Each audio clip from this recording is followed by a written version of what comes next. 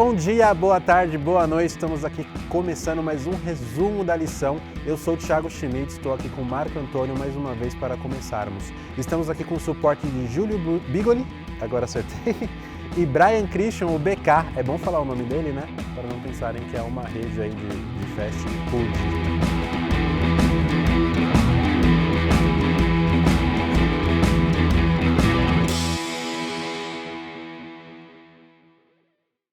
Marcão, como você tá, amém? Dá um oi. Tô bem, graças a Deus. Sejam todos bem-vindos. Marcão, o título dessa semana é Amando o Senhor. Eu confesso que quando eu li o título eu fiquei um pouco desanimado. Não que a gente não deva amar o Senhor, mas esse assunto a gente fala muito, né? Só que a gente fala tanto que acaba às vezes passando batido de por que devemos amar o Senhor, por que devemos amá-lo, né? E ali em Deuteronômio, eu vou pedir para você ler, é bem explícito a forma como Deus fala para a gente amá-lo, né? Exatamente, Thiago. A gente vê sempre na Bíblia a questão do amor de Deus para com o seu povo, né? Inclusive, você pediu para eu ler, o texto está em Deuteronômio 6,4. Ele é o conhecidíssimo Shema Israel, uma principal oração judaica, e diz assim: Escuta, Israel, o Eterno é nosso Deus, o Eterno é um só, e amarás o Eterno teu Deus com todo o teu coração, com toda a tua alma e com todas as tuas posses. Então Deus, ele simplesmente, antes de tudo, ele pede para a gente escutá-lo. E escutar a Deus, ele vai fazer que a gente entenda esse amor tão grande que tem por nós, por isso que ele vai se repetindo por todas as Escrituras. Né?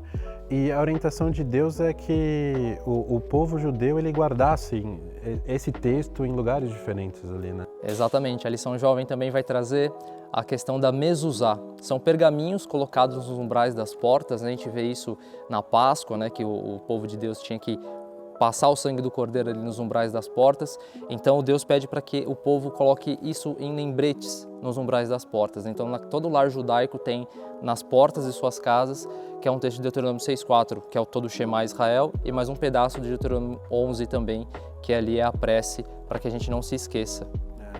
Na lição passada, Marco, a gente viu que Deus deu os 10 mandamentos por amor, para nos orientar a como viver nessa terra e tal. E eu acredito pessoalmente que quando Deus fala pra gente amar Ele, é melhor pra gente aceitar os 10 mandamentos, né? Eu acho que todo relacionamento ele precisa ser recíproco, né? Deus mesmo, às vezes ele mesmo já compara o relacionamento com o povo como um casamento, justamente para explicar a importância, né? Eu acredito que se a gente não amasse a Deus, talvez a gente não ia guardar com todo o coração os 10 mandamentos e prejudicando uma série de fatores aqui na Terra, né? A nossa salvação e tudo mais, né, Marco? Exatamente, Thiago. Deus, ele deu as 10 palavras, né? A gente viu na lição passada, como você acabou de mencionar, são 10 palavras ou 10 preceitos ou admoestações de Deus, e ele pede para a gente amá-lo nessa questão, para a gente poder entender que ele não é um Deus legalista, né? E já Deus, ele ordena que a gente o ame de volta, não. Ele pede para a gente olhar para ele, escutá-lo, para a gente entender o que ele fez por nós, o que ele fez pelo seu povo e por que a gente deve amá-lo também. Seria egoísta da nossa parte se a gente não retribuísse esse amor. E Marco, assim, o nosso relacionamento com Deus, ele deve ser como se fosse um amigo mesmo, né? E não, às vezes, assim, muitas vezes, Marco, eu pessoalmente, eu tinha Deus como um chefe, sabe? Quando você não pode falar totalmente a verdade, que você vai tomar uma bronca. E o que me chama a atenção ali é como Moisés conversava com Deus, né? Tem um momento lá que Moisés, ele tinha um trabalho, lidar com pessoas não é fácil, né? E Moisés, ele fala com Deus, Deus, eu tô cansado desse povo, olha esse fardo que você me deu, ele se abrindo com Deus, e Deus escutava ele e ajudava ele, né? Era uma parceria ali, né? Exatamente, né? A gente vê esse Deus, né, como posso dizer, um chefe, sempre, né, porque as pessoas falam, se você não fizer Deus, você não vai, fizer as coisas de Deus certo, você não vai para o céu, né? E obviamente que não é assim. Moisés, ele tinha um relacionamento com Deus, né? Tanto que ele vai no pé do Monte Sinai, ele fica um tempo lá, ele come na presença de Deus. E de todos os profetas da Bíblia, que agora eu me recorde, Moisés é o único que não treme, não desmaia. A gente vê Daniel, por exemplo, ele desmaia, faltou minhas forças, e Moisés não. Então Moisés, ele é tão especial, assim, né, tão grandioso, porque ele entendia esse relacionamento com Deus. Ele não via um Deus, um Deus que simplesmente ordenava, era um Deus que queria se relacionar com o seu povo, é um Deus de amor, ele tinha literalmente Deus como amigo e pai. Ô Marco, e o versículo fala para a gente amar com todo o nosso coração, toda a nossa força. Ô Marco, a gente estava participando de um PG, inclusive é um PG que você organiza, e a gente estava falando sobre os mandamentos, né? Existe um mandamento que fala que a gente não pode ter outros deuses, né? Exatamente. O que me chama atenção nesse mandamento, né, não terá outros deuses diante de mim, é que na lição também ele vai falar que Deus, por exemplo, Shema Israel, Adonai Eloheinu, Adonai Echad, que Deus ele é um só. Nos egípcios eles tinham vários deuses, né, Tiago? Então, todos aqueles deuses não foram capazes de salvar o povo das maldições de Deus, né, das pragas. E Deus ele faz tudo aquilo com o seu povo, tira o povo do Egito, abre o Mar Vermelho e ele fala, eu sozinho fiz isso. Vocês não precisam de mais nada, vocês só precisam de mim. Então esse mandamento é justamente para que o povo entendesse, né, colocasse na sua cabeça que eles não precisassem de mais nada além do Deus de Israel, que era o Deus libertador. Eu acho que um dos segredos é sempre a gente reconhecer a nossa dependência de Deus, né? Exatamente. É muito importante. E Marco, mas assim, fazer uma pergunta. Hoje em dia nós não temos assim outros deuses como nós podemos falar. A gente não vai fazer aqui um bezerro de ouro e adorá-lo, né? Nós temos uns deuses modernos, né? Exatamente, principalmente na nossa juventude, né?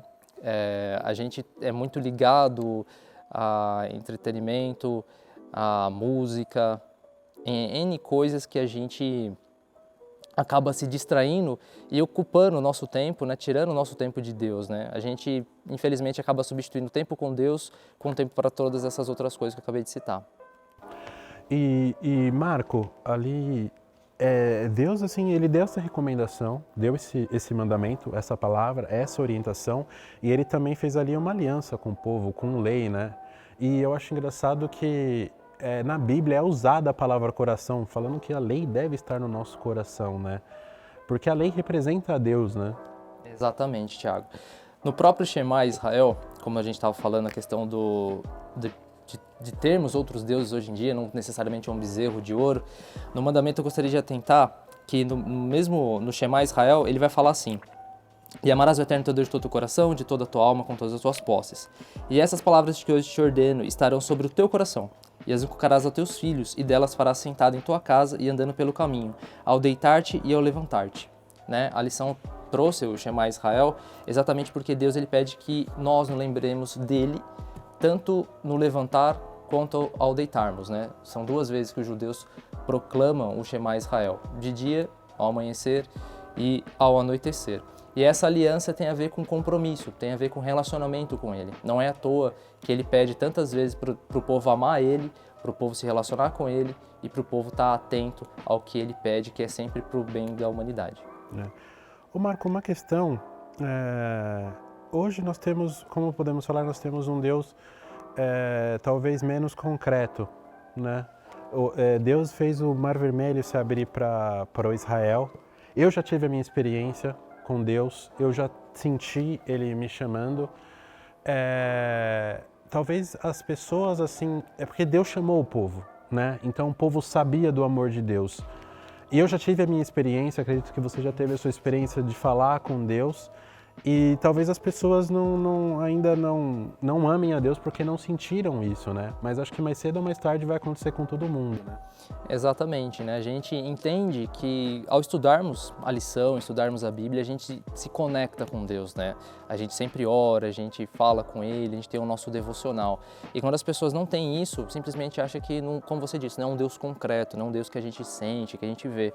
Mas por mais que as pessoas aparentemente estejam tão longe de Deus, elas vão enxergar Deus na natureza, né? Até mesmo Ellen White, ela vai falar isso, que Deus ele está em todo o lugar, o Deus é o Deus da natureza, Ele que criou e as pessoas vão conseguir enxergar a linguagem do amor da criação de Deus por nós. Eu até falo isso, Marco, porque eu já pensei dessa maneira. Eu falei, por que tem que amar a Deus? Por que Ele está exigindo isso de mim?